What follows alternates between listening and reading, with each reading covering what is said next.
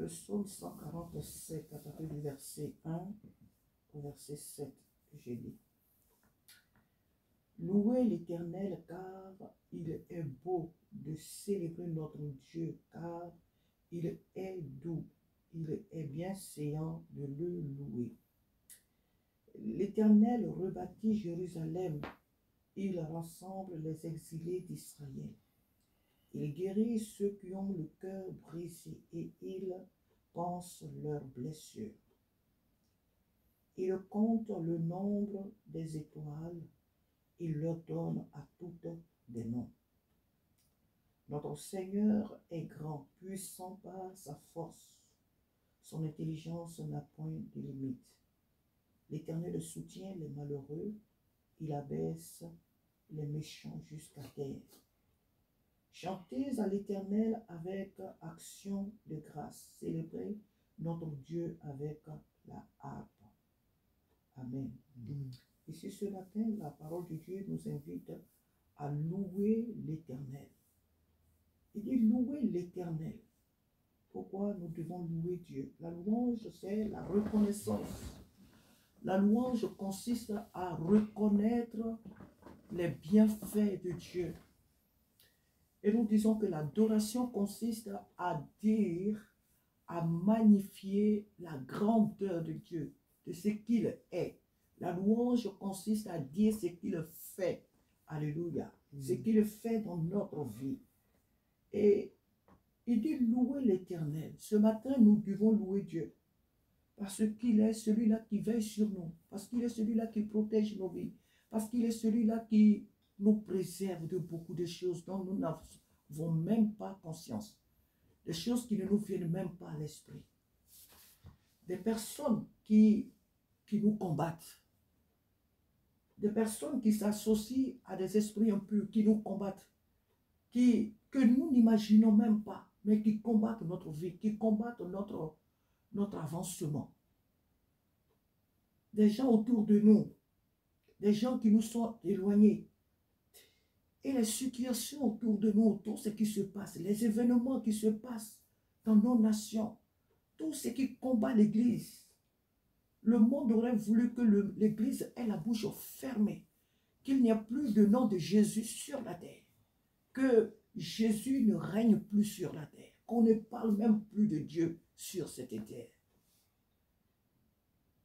Mais la grâce, l'amour, la grâce de Dieu est celle-là qui veille sur le monde. Malgré la méchanceté de l'homme, malgré le comportement odieux de l'homme, la bonté et l'amour de Dieu veillent sur ce monde. Dieu est celui-là qui, chaque matin que nous sortons de la maison, il nous conduit. Le soir, il nous ramène.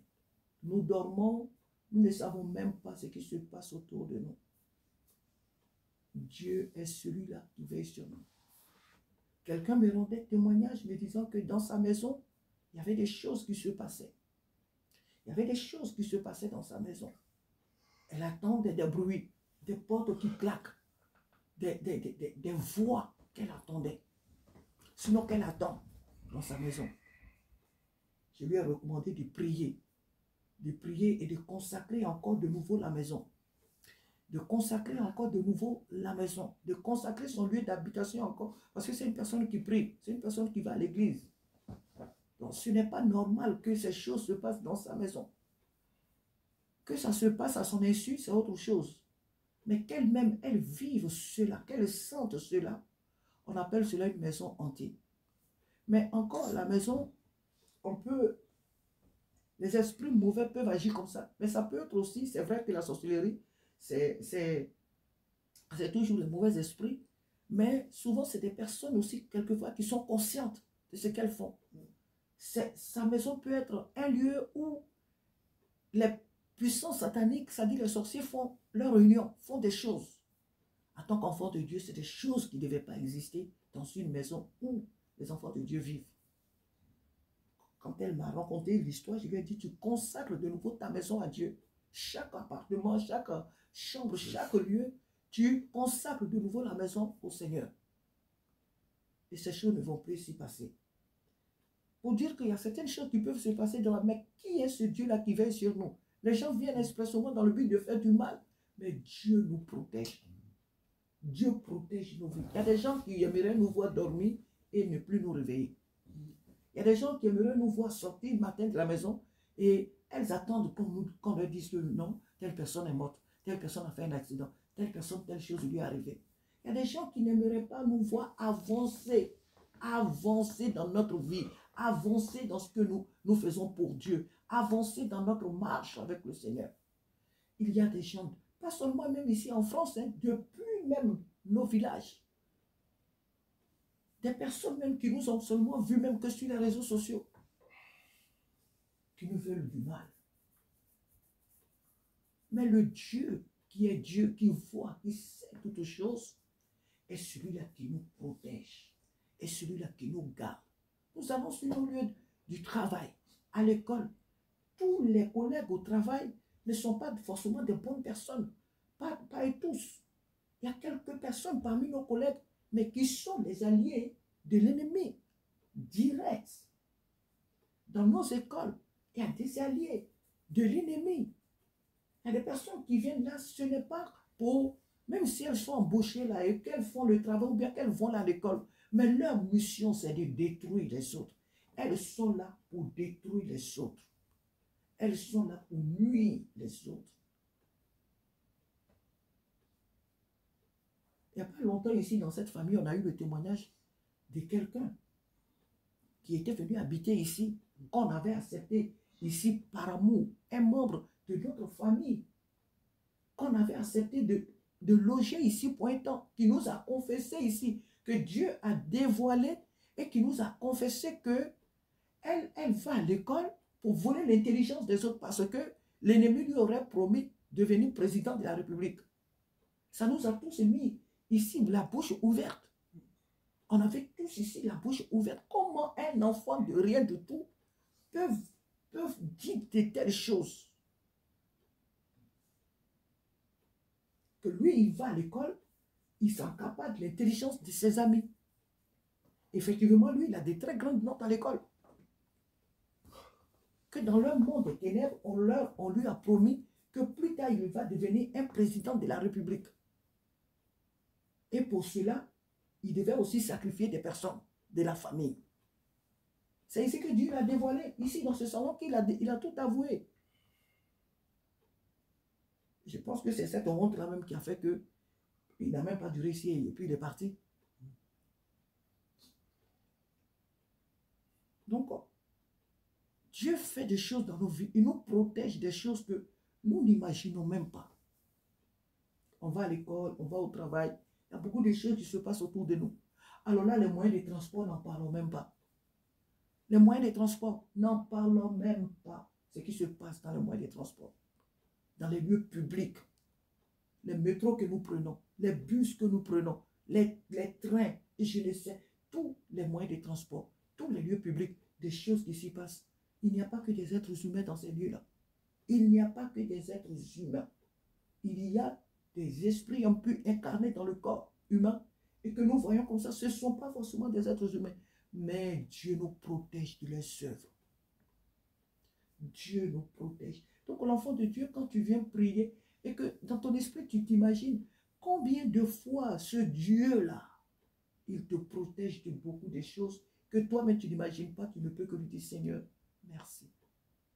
Peut-être même mon mot merci là est trop faible, mais Seigneur, je ne connais que ce mot, je te l'apporte de tout mon cœur. La louange, elle est importante dans la vie d'un enfant de Dieu. La louange, c'est la reconnaissance.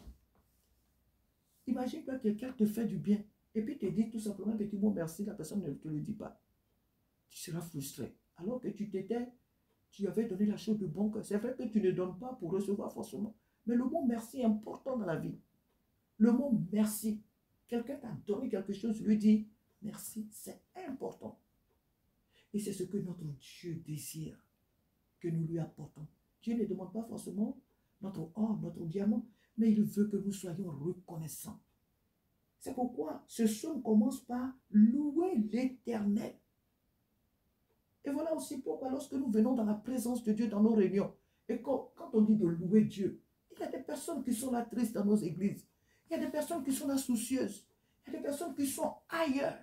Il y a des personnes qui sont au dehors dans leur esprit, mais qui ne sont pas dans la présence. Elles voient les autres qui dansent, qui se réjouissent, mais certaines, d'autres plutôt sont ailleurs.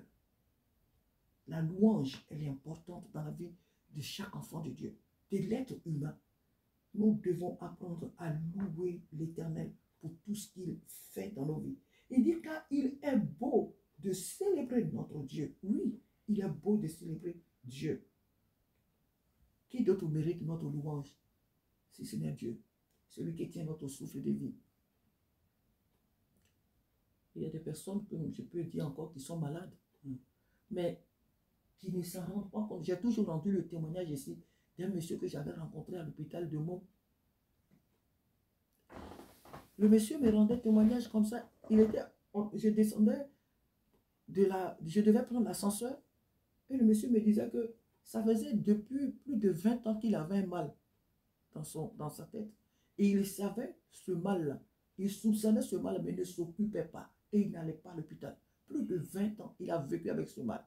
Le jour qu'il a eu à cœur de venir se faire diagnostiquer, de venir se faire examiner, c'est là on lui a appris qu'il avait effectivement cette maladie. Il a commencé à avoir peur.